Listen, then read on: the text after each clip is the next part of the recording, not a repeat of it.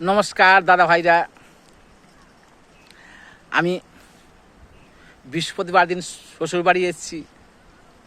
তো শ্বশুরবাড়ির গুণের কথা কিছু বলবো না হয়, তাই শ্বশুরবাড়ি গুণের হাড়ি, মধুর হাড়ি। আমাদের ছোটোবেলার থেকে আমাদের মা বাবা অনেক দুঃখ কষ্ট করে মানুষ করেছে, করলো পরেও সেই মা বাবাকে আমরা ভুলে যাই। কেন শ্বশুর বাবা শাশুড়ি মা হয় আসল মা বাবা, যারা যে এত কষ্ট করে মানুষ করেছে তাদের কথা আমরা ভুলে যাই। তাই শ্বশুরবাড়ির গুণের কথা আপনাদের কাছে কিছু বলতে আসি।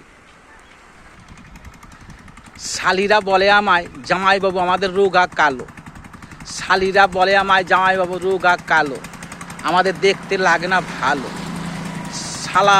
শালারা বলে আমায় জামাইবাবুকে খাই দিয়ে করবো আমরা ভালো, শালারা বলে আমায় জামাইবাবুকে খাই দিয়ে করবো আমরা ভালো। শাশুড়ি মা বলে আমায় আমাদের জামাইয়ের মনটা খুবই ভালো, শাশুড়ি মা বলে আমায় জামাইয়ের মনটা খুব ভালো।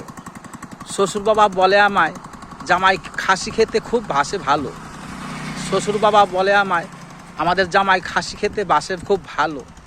তাই জামাইয়ের জন্য একটা ভালো খাসি আনো, জামাইয়ের জন্য একটা ভালো খাসি আনো।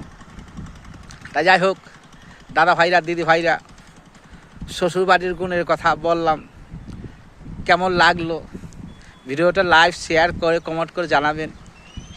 আমার ভালো লাগবে শ্বশুরবাড়ির গুণের কথা বলতে, শ্বশুরবাড়ির গুণের কথা বললাম। যাই হোক রাখছি দাদা ভাইরা, দিদি ভাইরা, নমস্কার।